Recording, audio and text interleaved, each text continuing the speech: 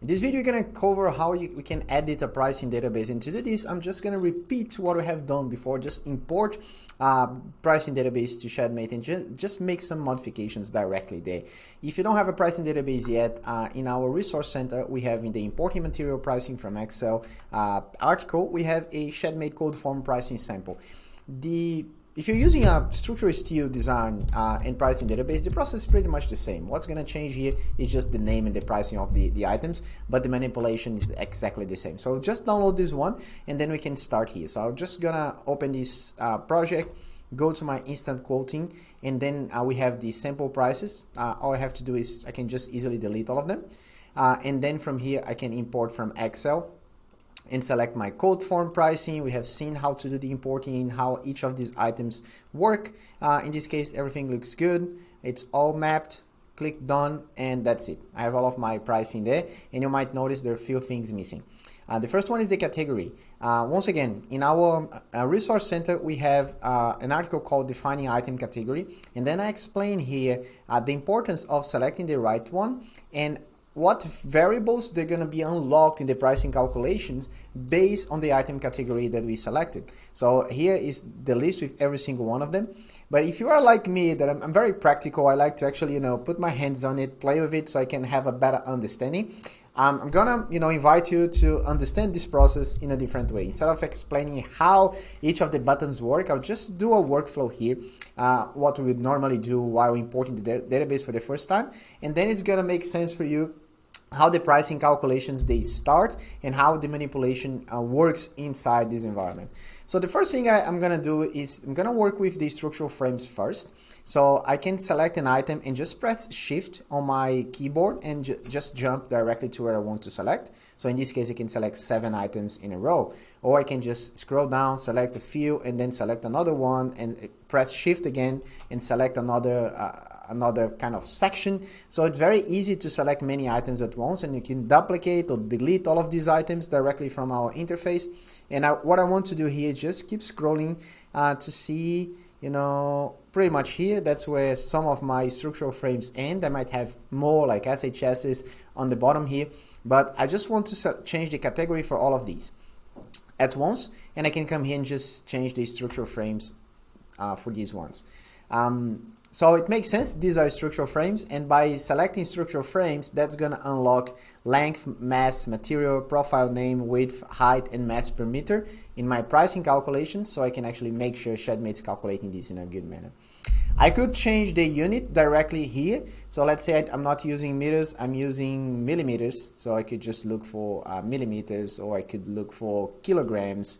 I could look for tons. There are many different units there. In this case, I'm dealing with C profiles, so I'm pricing it per meter.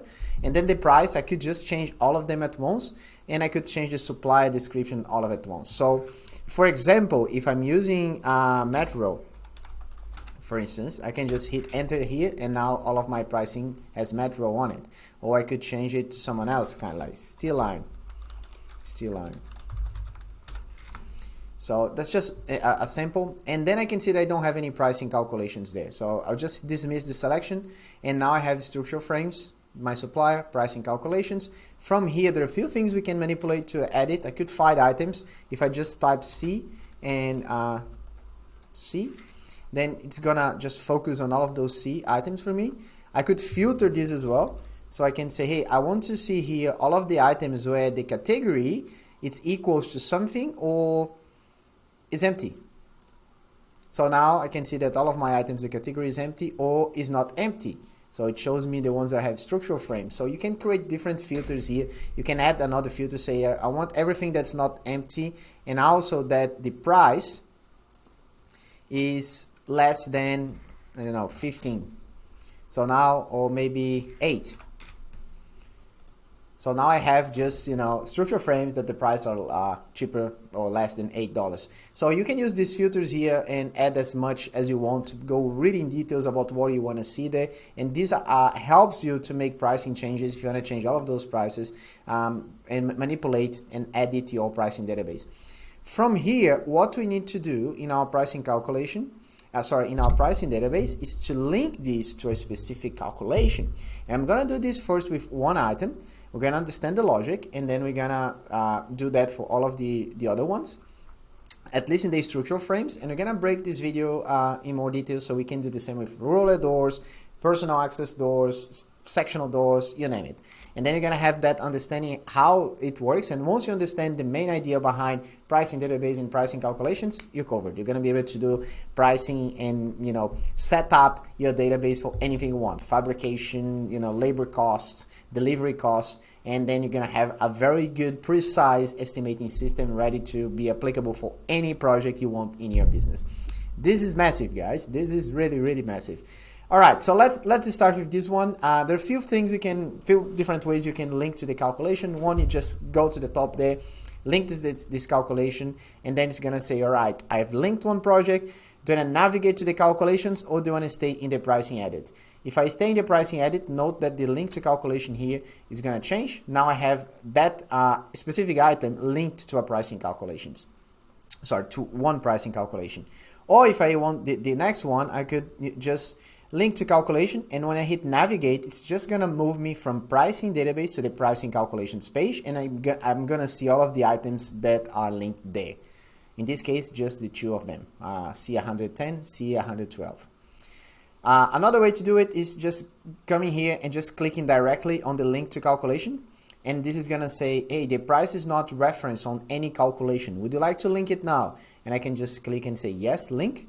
And then it's gonna ask me the same. Do you want to stay here, or do you want to navigate to the linking page, to the pricing calculations page? So I want to navigate, and now I have 3 items there. All right. So these items that are in a pricing calculation, now this is the part that we actually tell Shedmate the rules in how we want to quantify them. All right. So at the moment we don't have any pricing for this specific shed I'm dealing with. So it means that if I run the instant pricing there, 0, it's gonna be our answer. But we need to start putting our pricing there. So let's start with the C110. So what I'm gonna do here is open my pricing calculation, and now I am quantifying the C110. I am looking for all of the structural frames in Shedmate per linear meter, and I'm gonna multiply that price by 7.67. But in this case, I don't want all of the pricing for all of the structural frames. I want only the structural frames that are C110. So to do this, I'm gonna create a specific rule. So please note that it's quantifying 0, and as soon as I add a rule here, and I select the property, so Shedmate is gonna look for all of the structural frames in the model, and then sum up the length, the profile, width, or height. In this case, I want the length, right? I'm looking for the linear meter.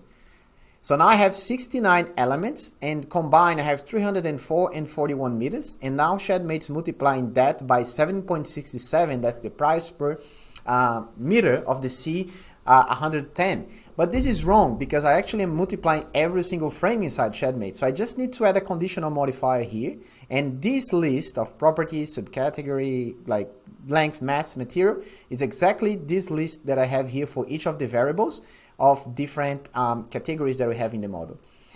In this case, in this example, I want to get the subcategory that's equals to, and then I could select, hey, I want to get only the columns, like I want to get only the rafters or fascias or end wall girts, and you name it. I could actually break that down. So if I want to get all of the columns, for instance, now I have 22.8. But in this example, I don't want to divide by subcategory or filter by subcategory. I want actually to find anything that the profile name is equal to C110. So now Shedmate's looking in all of the model, and if there is any profile that's C110, it's going to calculate it. Okay, so now instead of having lots, I have just 2 items, and the total length is 18.18 meters, so I have 139.46. That's it. That's all I need on this case. So I'm going to hit confirm. And now I can see that I have 18.18. That's the quantity. That's the price per unit. That's the number of items I have. That's now my shed price. So my shed price now is only considering the C110.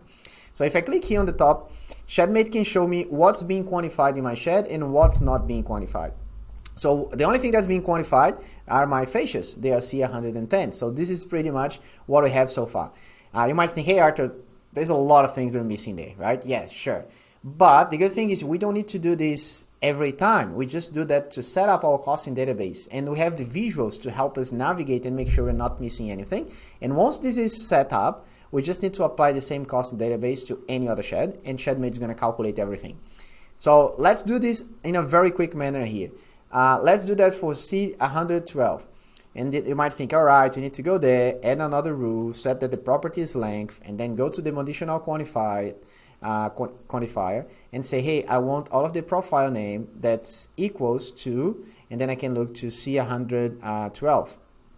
So because I don't have any C112 in this model, it doesn't show me, but I can just type it, C112, and I can see that's just showing a 0. All right, that's correct. And then you can notice that now this item here, C115, doesn't contain any rules. So it's just 0. This one here is in bold and kind of italic, right? So it means that, all right, there is a specific rule associated to this item. And this one has a rule, and also it quantified an item in this model. So I just have to do this for all of the frames, and then I'm going to make sure that I save this database, and every time we save this project and apply this to any other project, it's going to quantify all of those items. And the good thing is you don't need to do that tedious process. You can come here and copy the rules and just open the next item and then paste the rules. That's it. Now I just change what I need to change. That's C115. So now I got 4 items, 9, 12.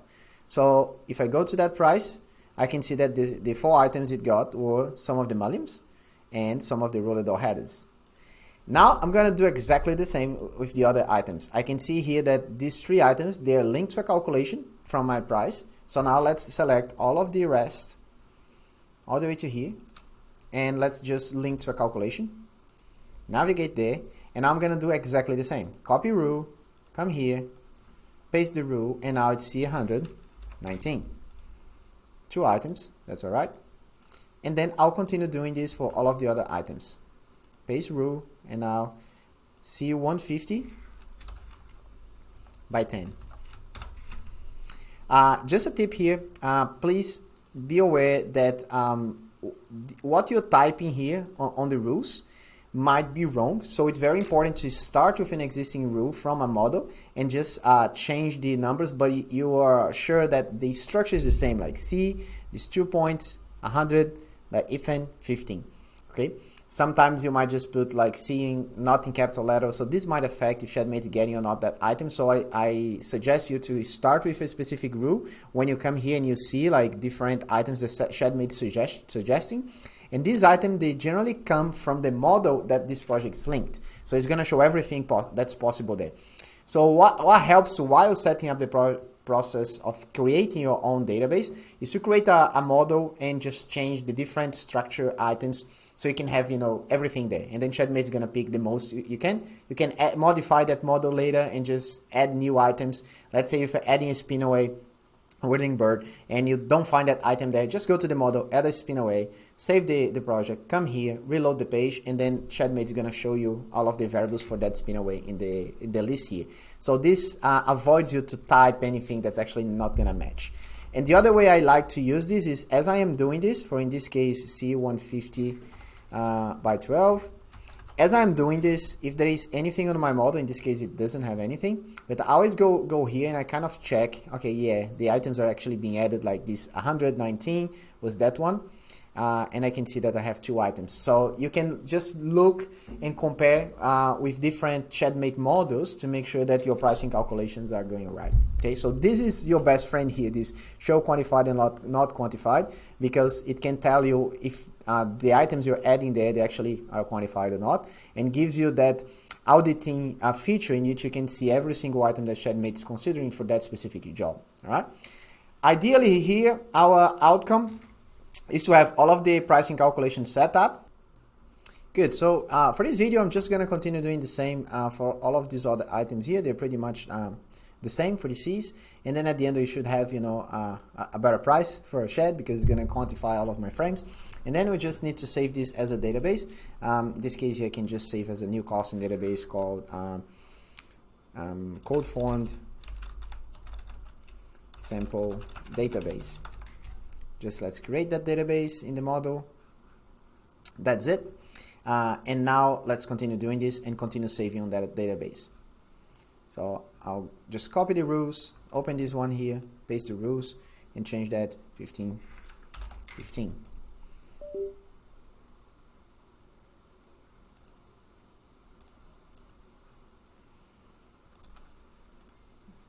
$15, $19.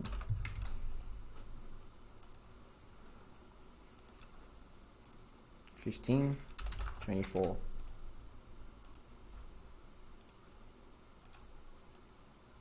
$200,